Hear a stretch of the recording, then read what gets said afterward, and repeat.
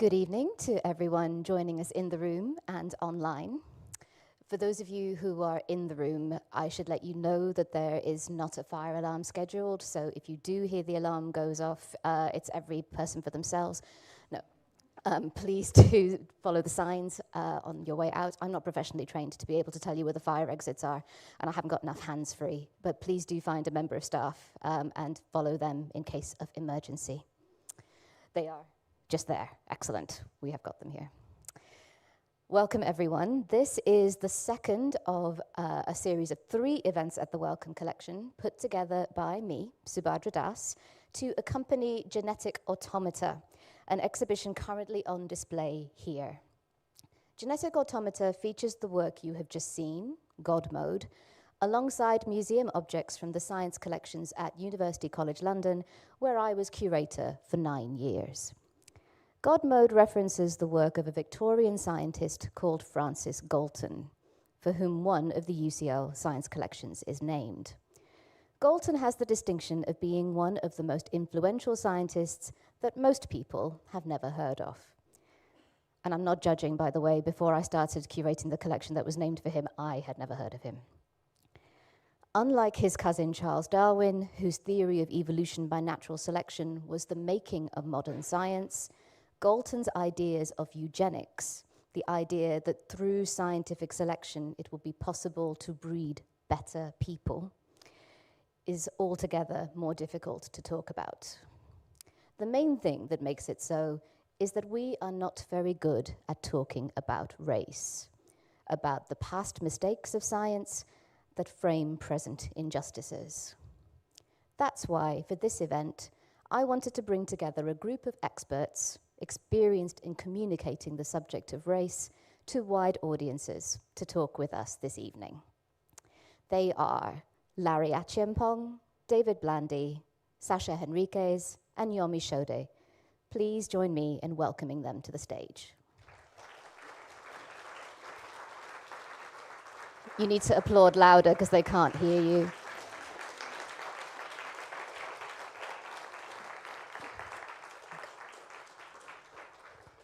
Welcome, everyone. Please come and take your spaces. We'll put our glasses down. You're probably all wondering what that bulge was.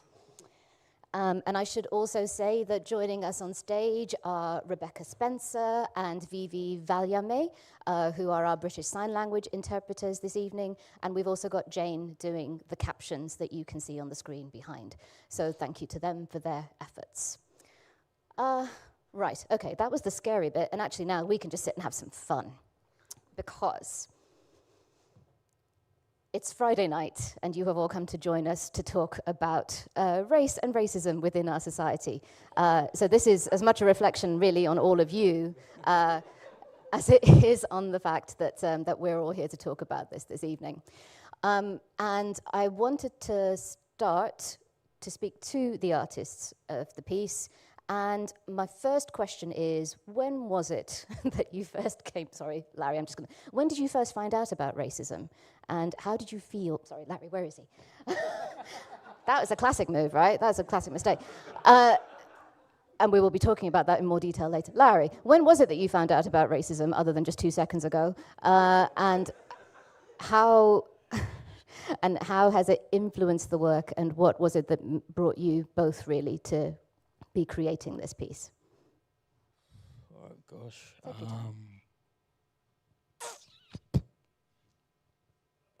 Obviously too many stories to mention, but I think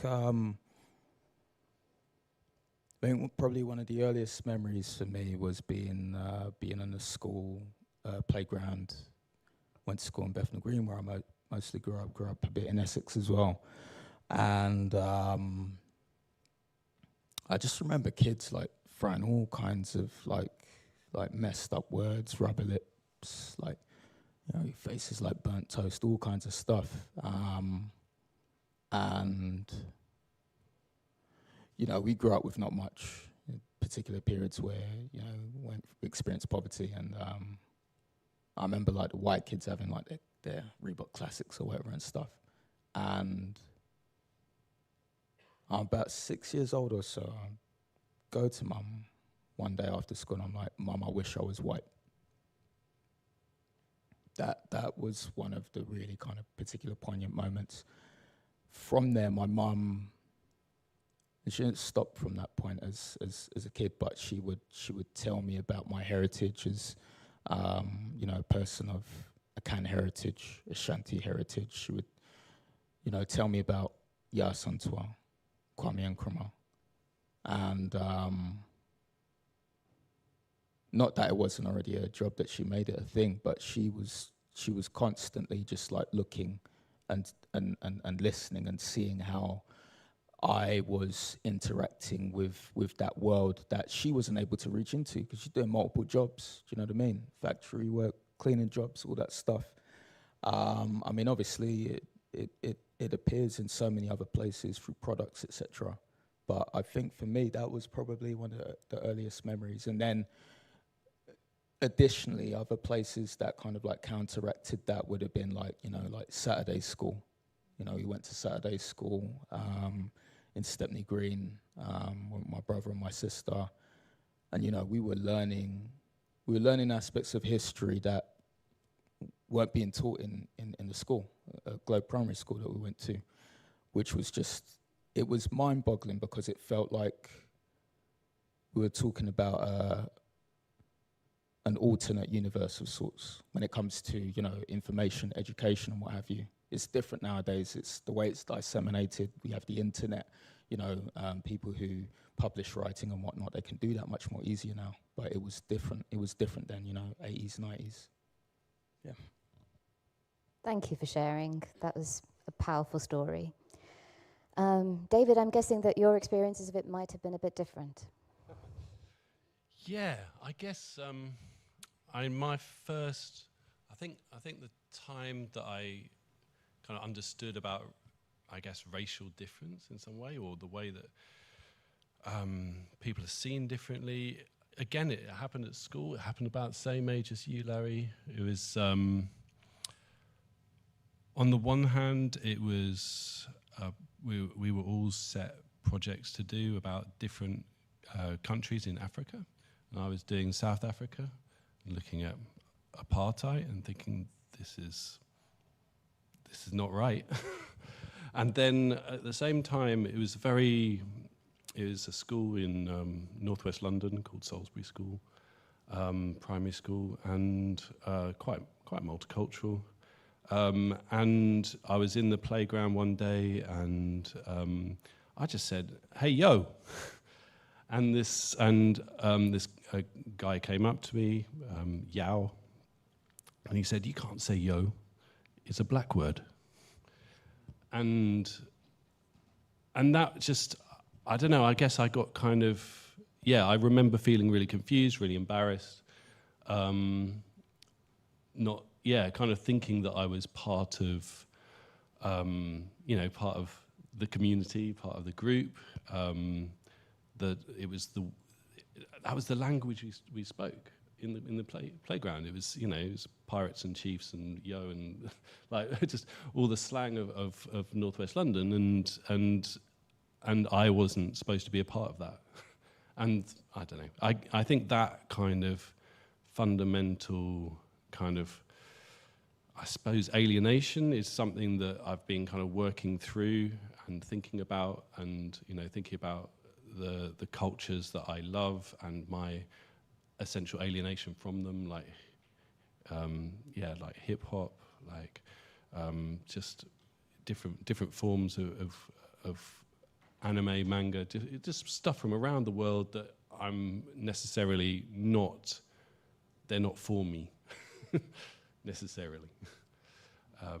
And what does that relationship mean? And that is part of what led me and Larry to start working together, to have that conversation, to start thinking this through rather than just kind of have it just hanging there as a I don't know, an imponderable, This is resonating with you, I can hear. Yeah. Mine is slightly different. I wasn't born in England. I was born in Nigeria. So I arrived in England when I was about 9, and I couldn't speak like a lick of English. And the whole situation is like, I don't know, my uncles and aunties, they'd be like, you are going to, it's the kind of like, there's like a core set of things, you know what I mean? and I don't know if anyone can relate in there, engineer, lawyer, this is what the journey is going to be. Also some myths about like, it's just gold, all that stuff. I arrive and I'm cold. I'm just like, England don't like me. Do you see what I mean? So is that weird thing of just like, how do I assimilate? So it's that whole journey of not only, and the thing is, my mum, you know, like not necessarily similar in this story, and no, racism wasn't something that was brought up to me as a conversation. It was just that, just be the best you can be, you know.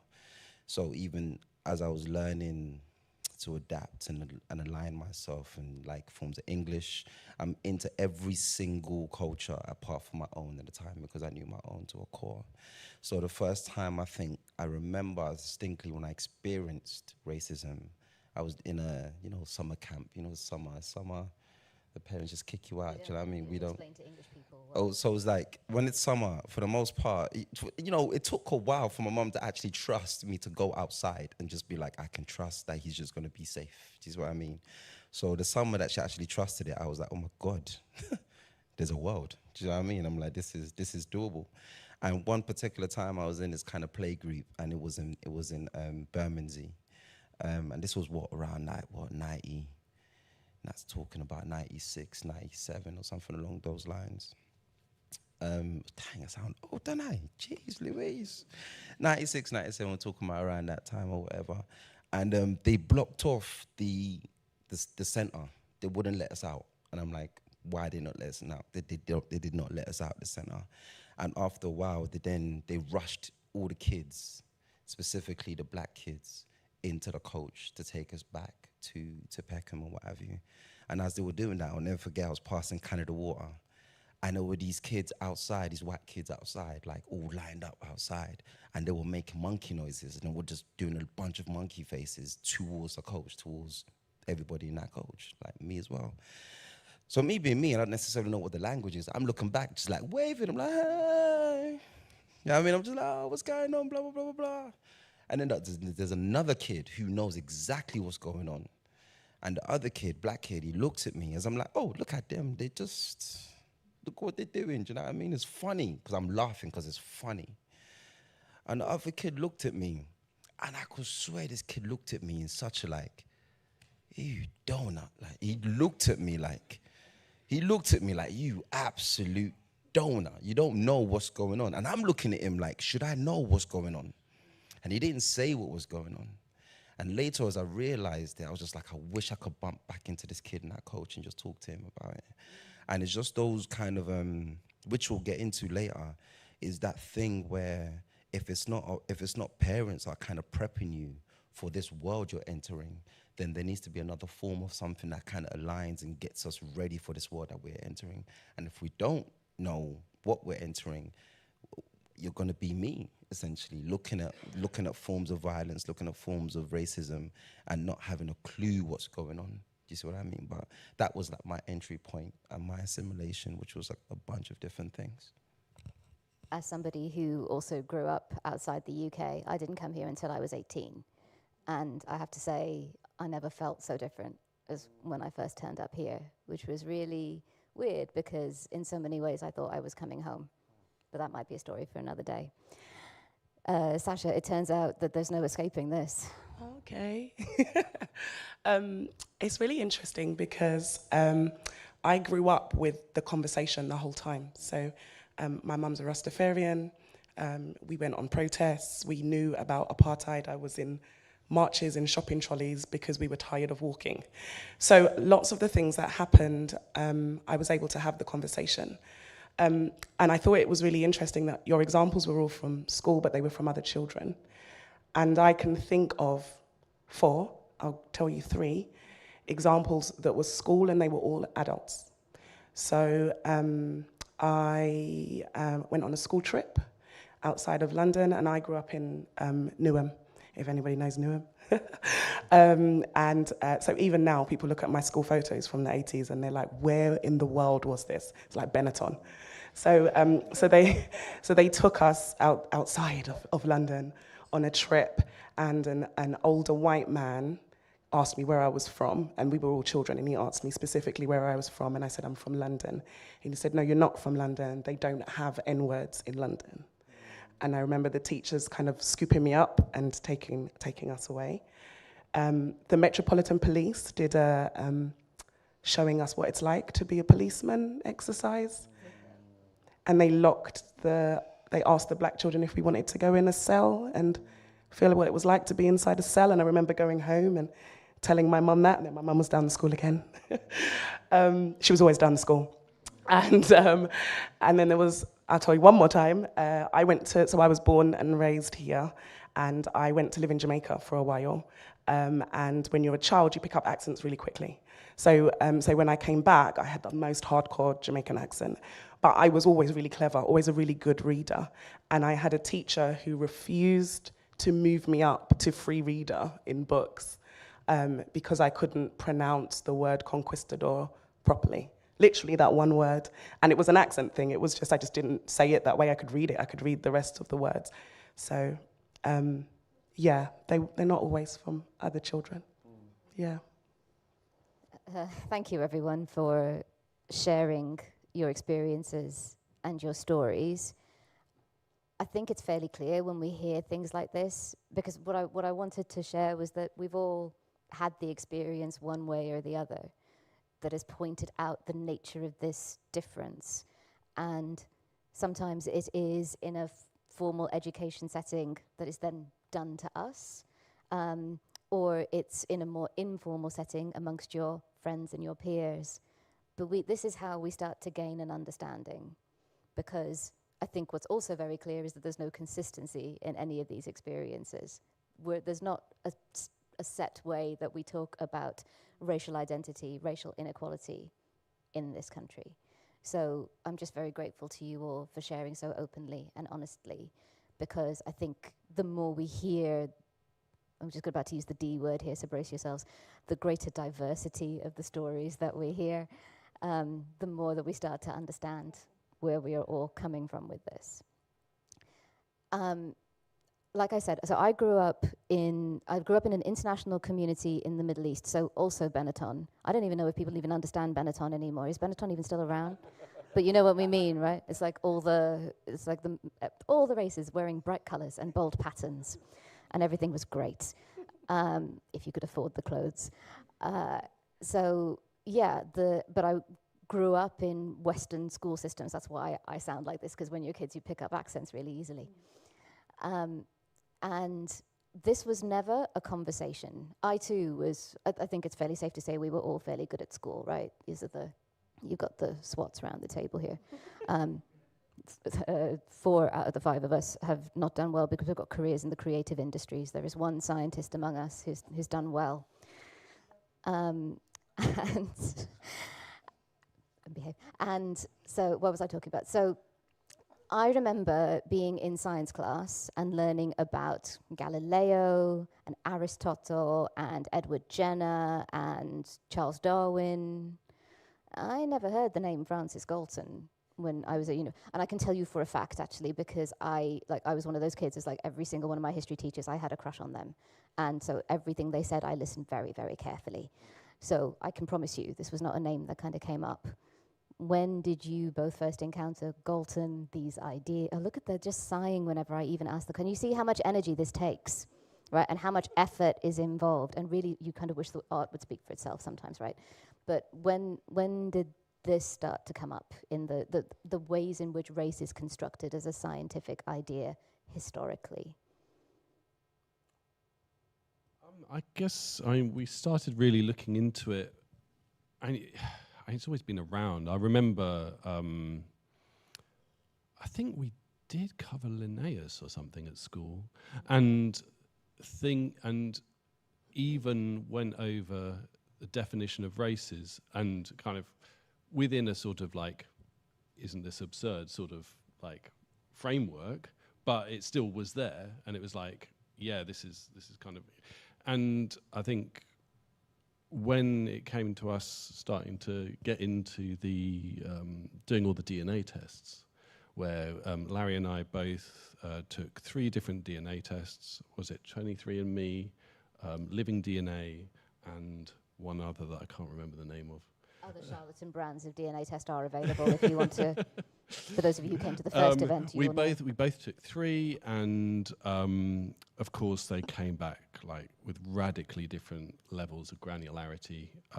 Mine, it said that I was 0.1% from the Orkney Isles.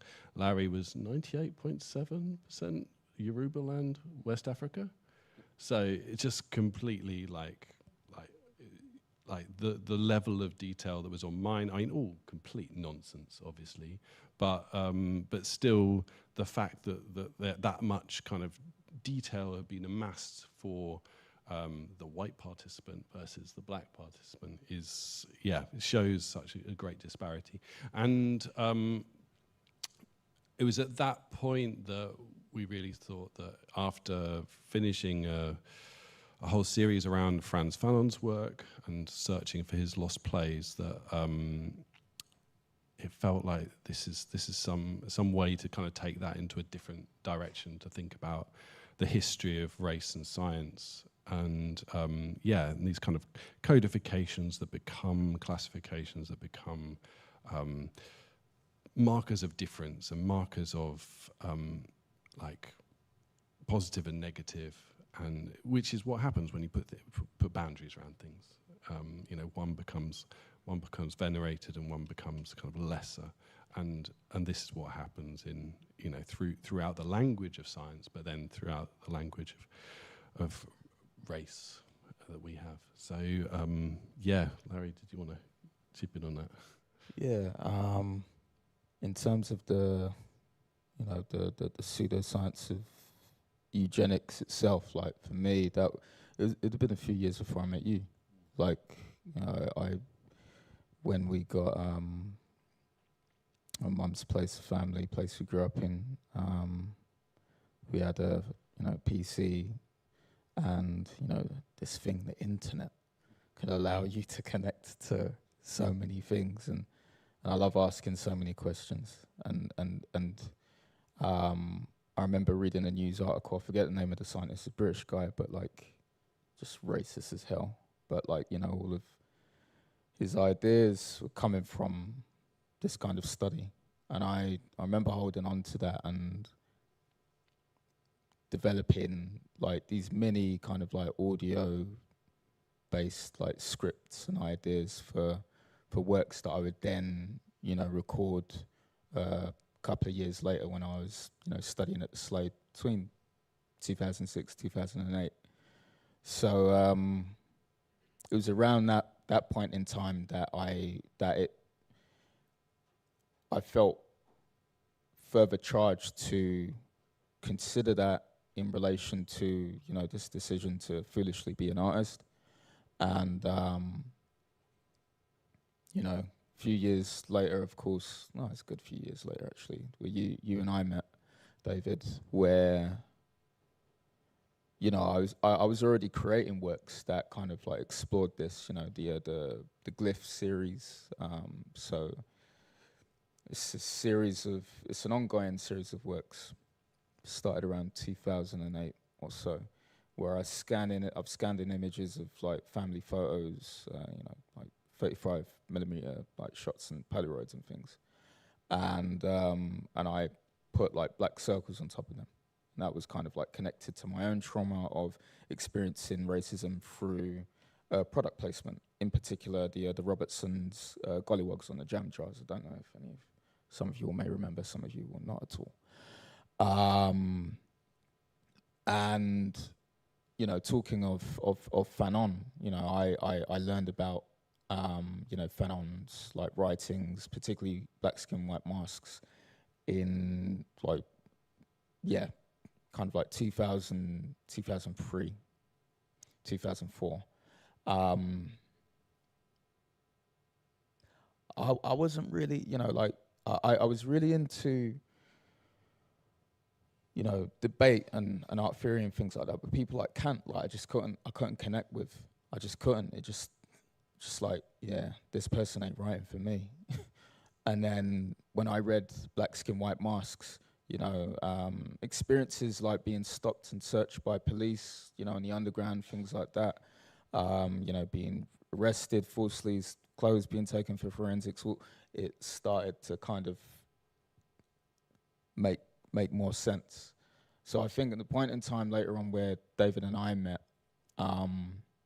it felt like an opportunity to explore beyond our mutual interests of various aspects of culture, the things that, literally realistically separate us. I'm not talking like, like some people have this idea of, oh, well, it's just in your mind, racism's just yeah, well, it's all right saying that when you've got that privilege, do you know what I mean? But David, I think for me, like, that there was that openness there already to kind of look at that. I knew about his work already, so that felt like a space for us to really throw that back and forth, and to do that in a multitude of ways, in a sense of ways of being able to look after each other, but then also, go in hardcore. I mean, that's what the culmination is in God mode, I'd say. That's easily the most difficult work that we made. And, mind you, most of this work, if not all of it, is pretty much made through the pandemic. We're having conversations and stuff, really tough conversations, so, yeah. Thank you. Sasha, I want to come to you next because I think it's important that we kind of feed in your journey to this and like how you came to do the work that you do, and also can you tell us a little bit more about the works that you do, particularly with Genetics Engage, and like why I think that's important and sure. What brings you to do it? Okay, so I always liked science and got interested in genetics a little while ago, and I became a genetic counsellor. So I am the person that people who are affected by genetic conditions see in a clinic. So if you have a family history of a genetic condition, I'm the person that talks to you about tests and about the impact of the tests and things. And I did that for a long time, and I was the only black person that I ever saw doing the job, every conference, every space, and having been through higher education and in science generally, I wasn't surprised, but it was there. And then I went to go and work abroad. So I went to go and work in South Africa because I thought that maybe being a minority is the reason I never see black genetic counsellors. And then I got there and there were none there as well. So so I asked them at the time, like, that's so odd, you're like 80% black, well, not even by accident. And so I worked there for a little while, and it's slightly different now. So then I had these questions, because you go through life, and as I said, I had this alternate life where I was listening to Shankanta Diop and Naim Akbar and going to Afrocentric type things, and I could separate that from this science life where I was just doing the job and doing the science, and then I just can't. So I can't not look at the fact that this workforce is not diverse. I can't look at the fact that different communities are not accessing this wonderful job, the best job I've ever done in my life. They don't even know I exist. I can't ignore that. And I couldn't ignore that that was the same whether we were a majority or a minority. Like, there's something else that's making this a very Eurocentric field. And then the data that we use to give people information, I know that certain patients are coming into my clinic and they don't get the same outcome from a genetic test because of where they are in the world or where they're from in the world. And so all of that was just here in me, and there were different ways in which I have outlets for that. And one of those turned into Genetics Engage, and that was literally just conversations with another black woman who worked in research in genetics. During the pandemic, I was a health worker still going to work, but in that walk, because I was too scared to get on public transport, the walk to the hospital and back, just ranting, just ranting every day, And then we said, maybe other people want to hear about this, and maybe other people need to know that there are black people in science thinking about these things and what we can do about these things. And that's how Genetics Engage was born. We just decided that we would have an open conversation about genetics, invite professionals and members of the public, and be guided by what members of the public wanted to talk about, but provide them with professionals that could answer some of the questions that they have. But there was no hierarchy in that space, and that people knew that when they came in, that everybody's voice could be heard about these issues. And yeah, so that's part of what I do. But yeah, I think that's what you wanted to hear. Yeah, I know that you contain multitudes, but that was the answer to the question I was asking. Yeah. And all power to you. And that's very much the spirit of this evening as well, because there is a hierarchy here. You can tell because we're the ones sat on stage with microphones.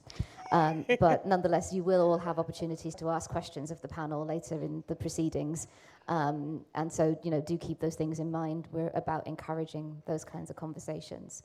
Yomi, I'm going to come to you. I think, but the thing that's really kind of engaging me with what Sasha was saying is, when we're confronted with these issues, it's like, yeah, we get frustrated, and then it feels like there's no option but to do something. And Yomi, that's how you and I met in the context of Poet in the City, UCL, can't remember what the year is now. But yeah, you were responding to some work that I had done there, which quite frankly is the best feeling in the world. Because as a museum curator, your professional understanding is ain't nobody paying any attention to what you're doing. Can you tell us a little bit more tell me about my work and how brilliant it is, and also... Oh, legit. And here's me, I'm just like, wow, this is sick. She's like, oh, thank you. Yeah. And I'm just like, ah. I was overwhelmed. Still can't read that poem without crying, I've told you. So, oh man, UCL, it's Black History Month. Black History Month, it's always interesting, because Black History Month, every black poet, every black creative, they're like, yo, this month, it's gonna be a healthy month. It's going to be a healthy month. Everyone knows this whole situation. Then it can get a bit messed up where people want to be like, oh, can you write a poem about black history? And you're like, in 3 minutes. You're like, mate, really? So I've been asked to do a performance at UCL. And I'm excited because it's the first ever booking from this kind of, from an institutional kind of standpoint in a sense. So I'm excited. It's like a big grand stage kind of overseeing the students and everything else like that. And there's a pre-meeting, and in the pre-meetings they kind of give you a gist of what's going on, blah, blah, blah, blah, blah, blah, blah. And cool, I attend this pre-meeting, which is awesome, it's all good. And they mentioned that there's a group of students from a secondary school who will also be sharing some poems on the day of the event or what have you. Cool. And then they mentioned Sabadra, and then said, okay, for some researchers to kind of, because they would just say, any of your poems is good. So I've already come in with like, I'm going to do these 3-4 poems, boom, bangers. I'm out, drop mic, see you later. So in my head, everything was fine, everything was set. And then I went home and I listened to Sabadra's Bricks and Mortals podcast. And literally in this podcast, Sparta takes you on a tour of UCL in terms of the history of eugenics, but in such a clever way that I was just like, yo, what? What? And then something hit me, and I was just like, there's just no way I can not write something about all of this stuff. And this wasn't even a commission from UCL. I just scrapped my entire set, and I'm like, I'm just gonna write something fresh in relation to just how I feel. Not only that, but there was, in the pre-meeting, there was some mentions of the history of eugenics and what have you, but it wasn't as deep. They just said, oh, just listen to the podcast of it, just get a gist of it all. But then what was interesting for me was they invited these students, these black students, to write poems that they kind of enjoyed and what have you, and perform it on the stage. And then I thought about my 9-year-old self on the coach, not knowing anything from anything. And then there was these students that had been invited to perform poems that they kind of wrote, spend their time on in this institution, not knowing at such and such a point in time, they did not even want them to exist. And that was a deeper thing for me, was the idea that you walk into institutions and you walk into any of these buildings and what have you, without necessarily knowing the history of what you're walking into. Because if you think about yourselves now as all adults, right? There are some things that you would want to know in advance. And if you knew that in advance, you're just gonna be like, hell no. Or you're just gonna be like, you know what? I've got a bit of an understanding, I'm gonna approach it in my sense. So imagine if the thing that absolutely grates you, that you hate, you're not told about, and you still were made to go into that place, talk to such and such, perform, do work, do whatever you do in your day-to-day in that place, and then you learn about it afterwards, how would you feel? Yeah, I heard it. I felt it. So imagine the idea of these students, Black History Month, writing something that's passionate to them on a big podium and performing work, not knowing the history of what this institution has done. It hurt me. It hurt me so much. And as a result of it, I wrote this poem called Superhuman. And yeah, I had to perform it. I performed it in a 3-piece suit. I was looking so fly that day. Well, I was looking for it. We took a picture in it. What? We done the whole situation. Because there's also something about presentation, because there's so much layered in this that, I will absolutely deliver this poem looking as fine the hell as I can look fine. And I would deliver this poem in absolute vigor, because it was more than that for me. And I think there was just a cheek in being invited just to do standard poems and what have you, without necessarily being honest in just talking to me about it. And there's a deeper conversation in relation to erasure and accountability, guilt, but that's not my problem. But at the same time, I'm the one that's been made to play catch up all the time in relation to other people's behavior, whether it's past or whether it's present. I should be told your history, and you should be held accountable and say what your history is without trying to shove it under the carpet. More than on brief. No, thank you. Is it still available? It's still available, Yo, yeah. check You it can out. still. Bricks and Mortals. Check it Yeah, out. It's an amazing podcast. Thank you, Yoni. Thank you. Stop now. It's okay. Okay, I'll stop. So I want to talk a little bit more now. Let's talk. So podcast. That was my first experience of that's how do I get this story out to a wider audience. And I don't know about all of you, but I'm a professional ruiner of dinner parties, because what will happen is I will go somewhere and there will be people, they're normal people, it's not their fault. And they will, because the question is, what do you do? This is a bad question, okay? If you want a good question to ask, just ask someone how their day was. It is a much easier way to connect with a human. Do not ask them what they do. Nobody wins in that scenario. And I'm so I'm a historian, I talk about the history of race science, and inevitably the first thing someone will be like, well, we've always been racist, haven't we? And I was like, well, you might have been. And at this point, dinner party is ruined, right? Because suddenly I've got to go into lecture mode. Even while we've all been talking, I really do envy artists in this scenario, because you all just go straight in and you're like Linnaeus and Galton and this, and I'm not. There's no explanatory comma anywhere. But my experience is you have to go all the way back to the beginning every single time, and you can hear that I am tired with this. But I just want to know, is this first of all, please tell me how to leave this behind, although it is now how I make my living. There's a book coming out, by the way. I'll leave it till the end to mention.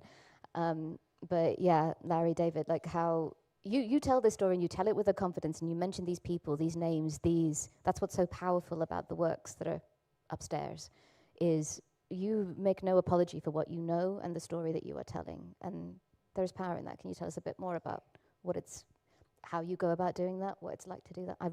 Just tell us more about the work is what I'm trying to say. First on me. I don't know. I guess it's a process. It's a conversation that starts. We just start talking about where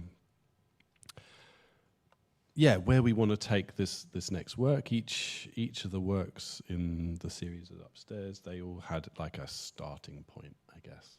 And the starting point for, say, A Terrible Fiction, the first one that we did, it was the story of Charles Darwin and John Edmonston, who taught him how to do taxidermy before he went off to the Galapagos Islands. So John Edmonston's story, a man who was a freed slave in Edinburgh, is intricately entwined in the history of evolution, but is a very, very seldom told story. And it started with the idea that there was a conversation between the two of them while these lessons were going on, that all that exists of that that history really is a few letters from Darwin in which he talks really pejoratively about John Edmonston, and basically saying, he's not great, but he's cheap. Like that's like kind of the line that I paraphrase in the piece, and that kind of, and then once we started that conversation going, it became about. We started in that particular work. We ended up talking quite like in God Mode. We started talking like we were just talking to each other, in that we were talking about our shared history of video games, these spaces that we'd entered and kind of became. Before we were ever friends, we experienced all these same places through video games. It was Green Hill Zone and. Outer Haven and like from Metal Gear Solid. So it's like these are the things that bring us together, but then there's all these things that tear us apart and form this difference. And how do we reconcile these things? Was kind of a starting point for that work. Larry, do you want to bring it in? Yeah. The thing that I really appreciate about our collaboration is, for both David and myself, we're, not simply just, culturally or to do with class or race and what have you, coming from different points of view, but we have different but kind of complementary approaches. Sound is a thing for me that is just, it's everywhere. It's not just in what you hear, it's what you feel, right? It's dealing with multiple senses, and then also I don't know how to keep my mouth shut quite a lot. I'm a third born, and in Akan culture, Miensa is a troublemaker, and like my mum, she'd tell me quite a lot as a kid. We laugh about it now. She'd call me Nsamane, like just personally is just playing tricks. Do you know what I mean? Like. Similar to Anansia, essentially. And so my approach in my work individually, let alone when we get together, I'm thinking of all the ways that I'm not allowed to talk or say things that I believe need to be said. And then I channel that into, the work. And I think that's how we've worked for years. It's 10 years now, more or less. And I love that with David because we sometimes we agree and sometimes we disagree. And it's not always, plain sailing, especially with God Mode. Like that was that was the most difficult work to make. That was like. How come? Why? The black squares had gone up. We're all locked indoors. And white people realize that racism exists. We're putting, reading lists together and stuff like that. And, as a black person, I'm connected with other folk as well. There's that additional trauma of like, oh, what? So you had to see another black person getting, beaten to death for that to be a real thing. You can't listen to someone's story and quite possibly believe that. So with our approach, it's almost like a kind of like, I'd say like a cipher, like it's like a battle, like you're throwing it back and forth, call and response. And around that, throwing references, connecting references. You know that, you read that, you seen that, you played that game. Yeah, you know what happened? Like, this is what happens with this. So where God Mode was particularly most difficult is, and I've said this before, like interview-wise, is I saw that the work could have gone two ways. I think you know already, David. But like, we're friends first and, collaborators second. But I felt that with this fourth film, whether it's the last in the series or what, I don't know. We could have potentially made some kumbaya type trash, and I'm not here for that. I'm not here for that. I'm not here for that radio edit, or, do you know what I mean? Like, yeah, I want the rawness, that realness, and you know what? Let's even kind of get off of our chests with one another issues that we have.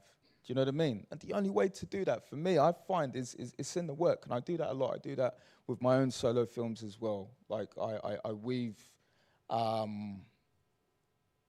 know, the truth, the stories both from mine and interconnected with other folk, with this sense of dreaming, because you need to be able to create that space. Otherwise, it's too hard of a punch to feel. It just explodes, you know, like a Yakuzuki punch. So again, mind you, keep in mind, it's the lockdown, and you know, David writes his bit of, you know, script, and I sat with you know, kind of like my approach. I think it's about a month or something. Usually it's pretty. Fair while, yeah. It was a while. Usually I'm pretty quick. And there are so many of these things that just, going on in my mind and in my heart, and I kind of wanted to talk to you, but then I was like, if I talk to you, then what's being written is going to be affected as a result of the conversation that we have. That's always the thing for me, and I kind of, it's one of the things I detest about art school. You know, you got an idea, honestly, and I've been a tutor before, 5 years, did that at RCA, brought in my own flow, but like, I hate it when tutors think they know or they understand where someone's coming from. Don't spend enough time listening. So what happens is you have an idea for something and it gets corrupted by other thoughts. I'm not saying that other thoughts can't have their own valid space, but you know, I'm thinking about someone trying to work it out. And before you even make the thing, you know, and then it's, So again, coming back to this, I knew some of the things that needed to be said, you know, whether, you know, we have editing, grammar, etc., all that kind of thing, intonation. And then I wrote it, right? Sent it to you, and then we had a chat, you know, and you know, you told me, you know, you felt hurt. And I was like, but this is real, man. This is it. This is what it is, and this is what it needs to be. Because, you know, we're building, and I do believe this, I don't mean it in some kind of pie in the sky way. We're both parents, so for us, legacy is a big deal. It means everything. It means everything. Like, I'm not under some illusion that I'm here for forever. I think living in the Western world, you feel like that. You buy a car and then, you know, it's there for like, no, it's not. Like, so, you know, what are we doing with that? If this is our last work even, for example, what does that mean? What are we saying? What do we say when we put the mic down? Or that when we hand that over to other people who will take that elsewhere? Sorry, I went on for a bit, but yeah, that's the deal. Well, this is very much why we have locked you in this room. I want you all to, I need to keep an eye on the time because that is my job, and I want you all to appreciate the richness of these answers, because I had more questions for these people, and I have asked 2 out of like 7 out of the questions, because this is the richness of these answers. So now the onus is on me to do the thing that does not come naturally to me, which is to be quiet. Have you got something you want to say before we hand over to the audience? I just want to just add. I don't know if you want to share some stuff from the thought as well. So I'll be like, I'll be super quick. Mine is random. Like, I was just thinking, I was genuinely asking myself in my head, I'm like, yo, are you a troublemaker? Like, I had to ask myself that question, like, am I a troublemaker? And I don't know, maybe. I think my thing is, I'll just kind of, especially in my book, I think what I'm doing in my book is just stating what is the obvious things that we just, is happening, and we're just like, what? Is it going to happen? Fun fact, last week, Ant and Dec won the National Television Awards again for the 22nd time. That means for 22 years, they've won the same award for 22 years. Oh.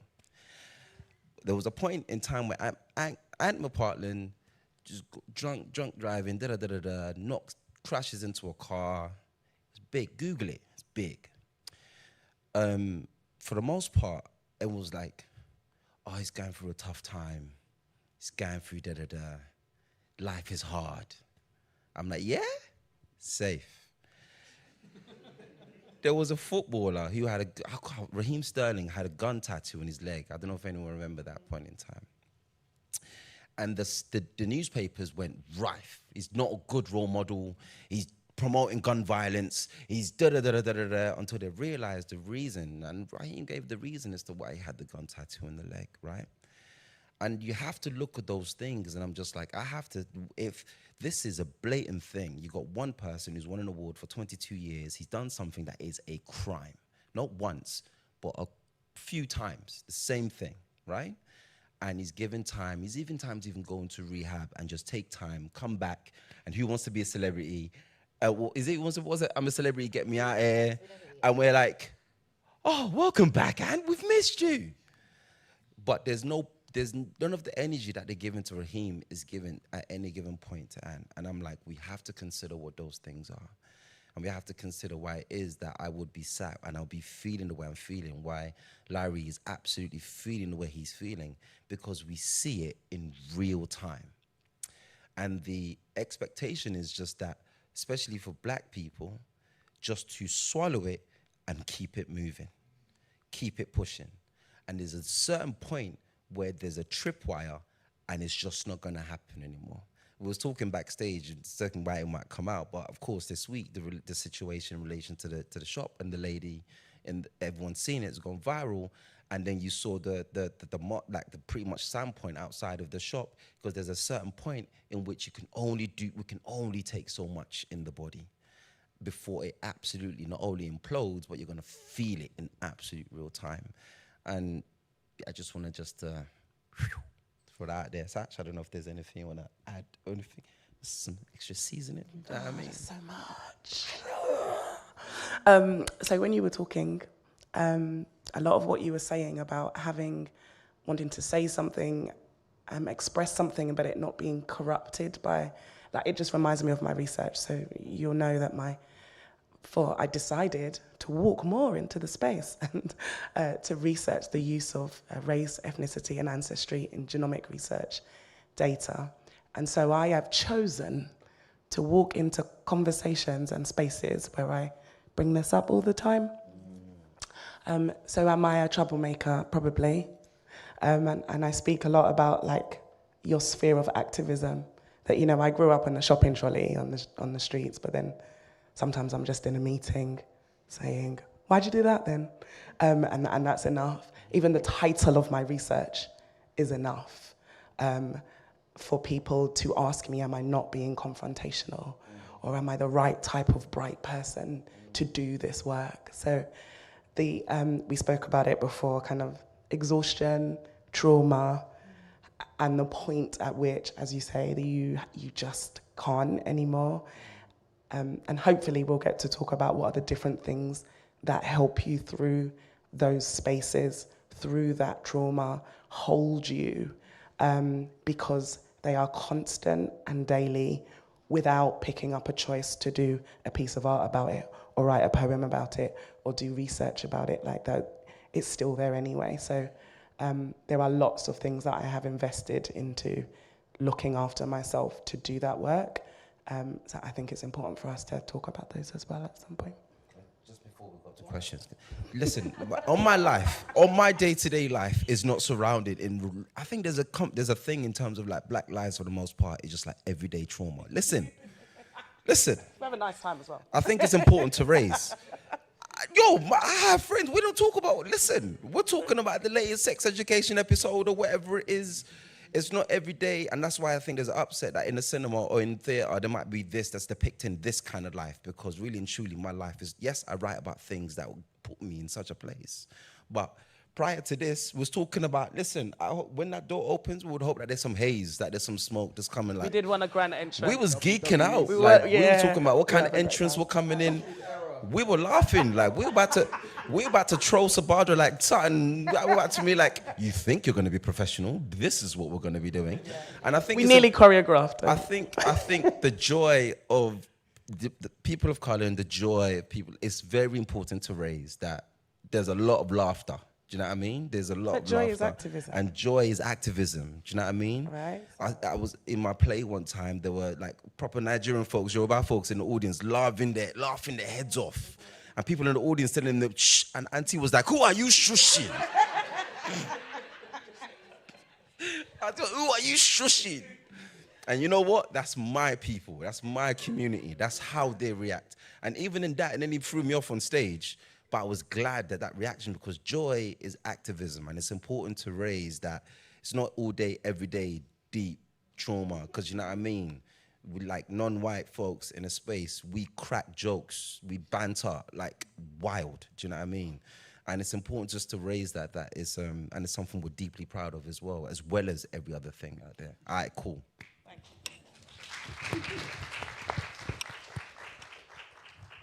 Finished? Yeah. I'm done. Yeah. Okay. Done. And also thank you, because like this is why I wanted these people around this table, because this was this is how I talk in real life. You can hear the professional voices sneaking back in. Last thing I'm going to say in professional voice is, we did not bring this trouble, but we can finish it. Does anyone in the room, or indeed actually online, do we have any questions from our audience, both in the room and online? I have access to some of the things that might be coming through, so I'm going to have to multitask here, which is not my skill. Question here. Oh, yeah. Hold on. Oh, I'm so sorry. Please, can you hold on for the microphone? We need to hear your voice. So thank you all. Absolutely mind-blowing and so informative on so many different levels. You all kind of mentioned about the pandemic, and what I noticed, which I was horrified about, and I think I was left just like looking around, because there was, I think it was on the BBC News, and they mentioned that as an African, I have African DNA, I'm from Africa, I'm very proud, that I'm more likely to die from COVID. And then for someone from the Caribbean, you're not, you're less likely, and then white people, they're good to go. And I found that absolutely horrific, because it's the return of racial science, but no one seemed to bat an eyelid, well, at least in the media. And for me, it kind of compounded the feeling that whenever society or anyone is under siege, race becomes the first thing that they go towards. Well, because we constructed you as different, we are then going to treat you as different. And when you look at the knowledge around COVID, less African people died, less people in the Caribbean died, and other places, and they had less access to all the resources and the vaccines, whereas in the West, people were really, really struggling. But yet, once that reality became obvious, it just quietly passed away. But yet the undertones of racism still were very, very present. So I'm wondering your ideas about that, your feelings, the fact that your film, absolutely fantastic, but race science is still very much prevalent in the way we see and we acknowledge, and the way the medical world looks at differences. Thank you. Thank you so much for that eloquent question. To connect to what you said, in my solo work, I created an artwork titled Reliquary 2. It's part of a project titled Relic Traveller. It's a speculative project that imagines an African Union in the future that is full of prosperity, harmony, and independence, most importantly. Cut a long story short, I created a testimony which sits amongst many other testimonies in which these relic travelers who travel outside of the AU pick up and utilize as a way to see into the future from a bottom-up perspective, not a top-down. This letter that I wrote was to my children, who I was separated from for around 4 months when we were, first locked down. And those particular points that you're making around, the fact that we make like around 3 or 4% of the UK's population, yet we're, I think it was twice as much likely or whatever or more to die from COVID. Or if you look, for example, at pregnancies, black women are 5 times more likely to die than white women. How the hell does that make sense? How can that be anything other than, racism manifested, is what I say, is what I said to my kids, So that work, that fire, that energy, I think is something that is in a constant kind of push, of flux, of the need to get out there. And again, what I'm able to appreciate with what me and David have is it's like creating different versions of pieces of a puzzle that stick together, You have the side story or the guidance, as it were, that is every bit as important as the so-called main story or the main story we've all been told and told again and again and again, and which is why we should go for Brexit. Do you know what I mean? Like we've gone it alone, we can do it again. Do you know what I mean? It's something that's manifested over time. It's not simply just a question that came out of nowhere. Come on. Like why? Like that, and that was interesting to me. Even at that point in time, again, me and David would talk about it.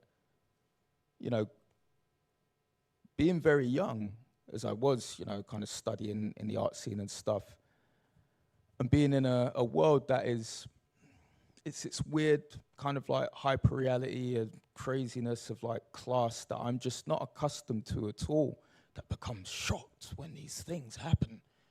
You're like, what do you mean you're shocked? Come out to Essex or whatever, do you know what I mean? Like, go up north to, do you know what I mean? Like Liverpool. So like, how are you shocked about this stuff? You just stay in your little centres, your financial centres and stuff, and you're doing, and that's the thing. There's also the problems within the art scene itself, right?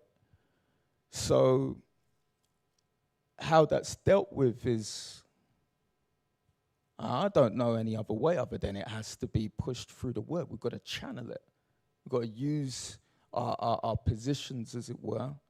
I'm not saying, I even get it right all the time, or that we might necessarily, but that challenge is on. I know that I've worked up to a privileged position of sorts, but even then, I'm still like, not being funny, do you know what I mean? But, we talk about it, and we're seen differently in these echelons. We know this. It's not even I'm not interested in trying to debate or explain why I have to present myself all like smart and everything. You ain't gonna do the work, then don't then. Do you know what I mean? Just continue to be very ignorant in your approach and what have you. So yeah, I hope that kind of connects for you, and thank you for your question. No one else has a chance to answer this because, we're technically out of time, but we all knew this was going to run over, yeah? So, welcome, collection. Thank you for the time that you have given us, but this conversation clearly needs more time.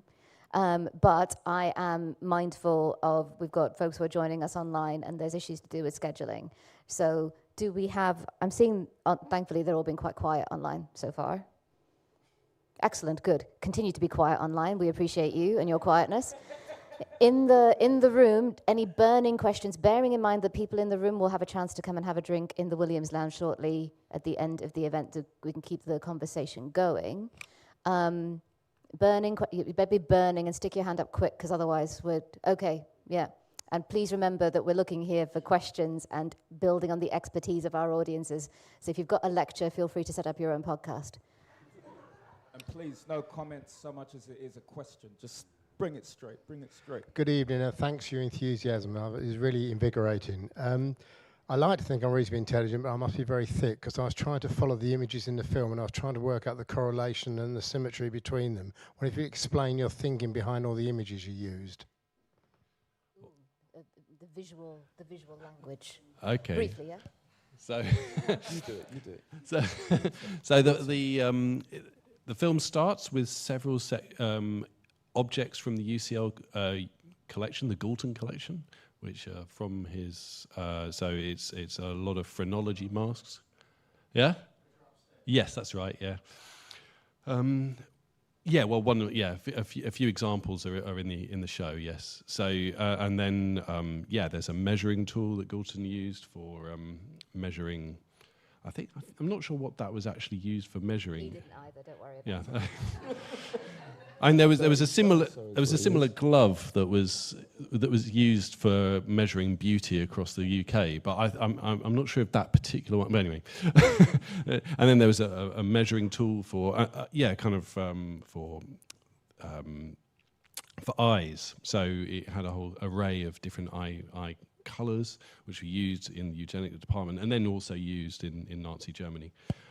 So there was these series of kind of scientific instruments started off, and then you head into a kind of scientific laboratory, which is actually at the Genome campus, which is where Sasha's based. It was in some of the labs there, thinking about the relationship between science and what we're talking about, the whole history of race. Isn't it? Because it's where all the data's stored. Yeah, and included the vast data stores, which hold a lot. I mean, some of those hold the kind of relics of the DNA. They're kind of there's something kind of pseudo-religious about that kind of area. They allowed us to fly a drone in there as Yeah. well. I don't know fun. if you see that shot where it's just crawling right through. Yeah, So like, thank you And I'm so not much. normally allowed in there. I could tag along with you. Well, thank you for making it happen. You put your career on the line for us. And then we moved into a kind of a video game space, and that's when Larry's voice comes in, and then you're following this spider through these different spaces, through ancient Egypt and into kind of more.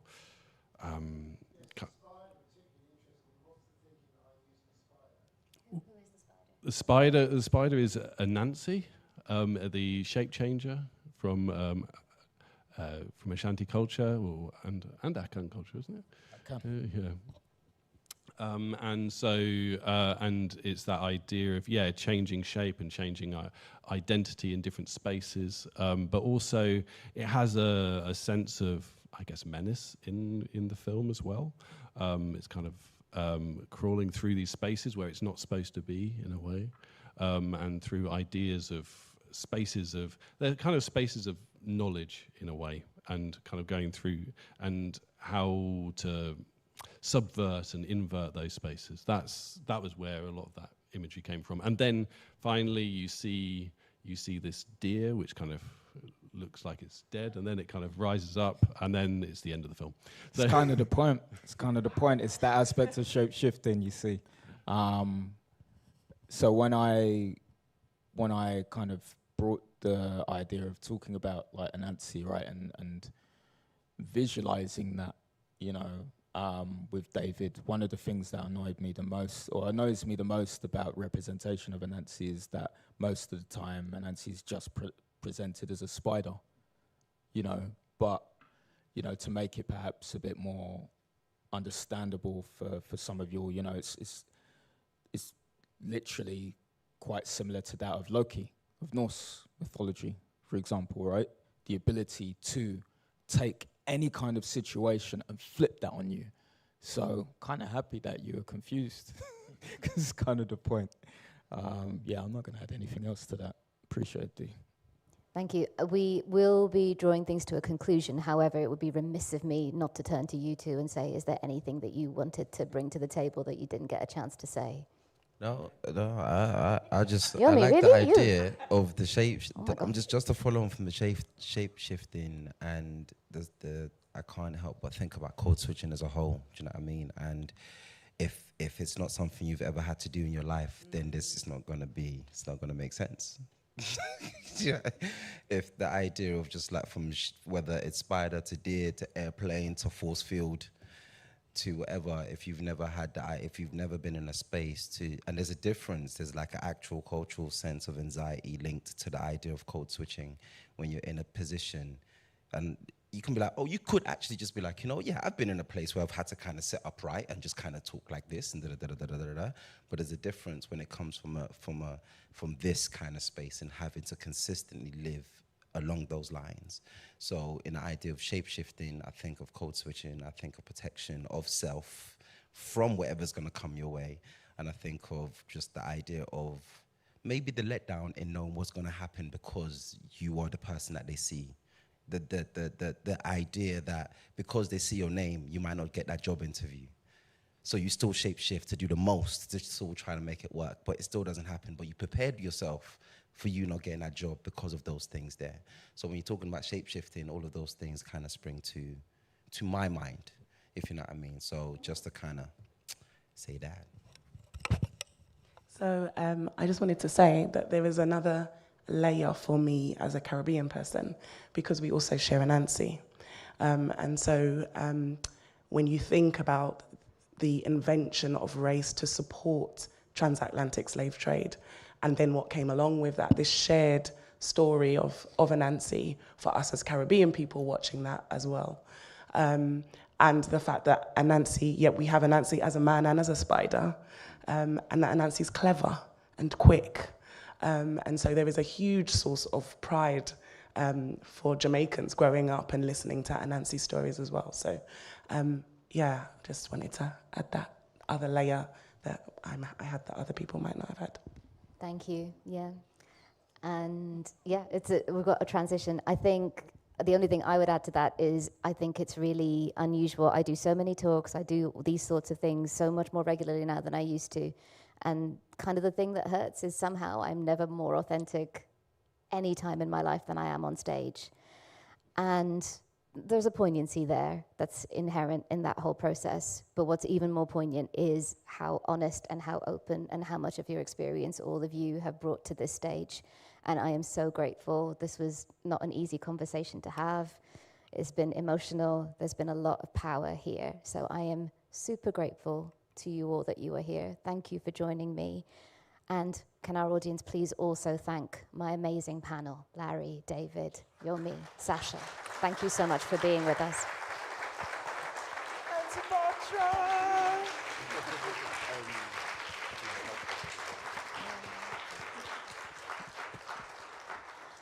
I'm also going to ask for actually a second round of applause because there have been other people working super hard. So can we have another round of applause for the tech of the welcome, our British Sign Language interpreters as well, and and Jane, who's been working on the captions. Thank you, everyone. My publishers insist that I tell you that I have a book coming out in February 2024. It's called Uncivilized, 10 Lies That Made the West. If you want to hear more about the history of, you can listen to, if you want to read more about the history of race science and other lies to do with white supremacy, every single pre-order helps. You can buy it anywhere that you buy books. And so they thank you for that. I thank you for that. Yalla, let's go get a drink. It's nice to see you all. Thank you.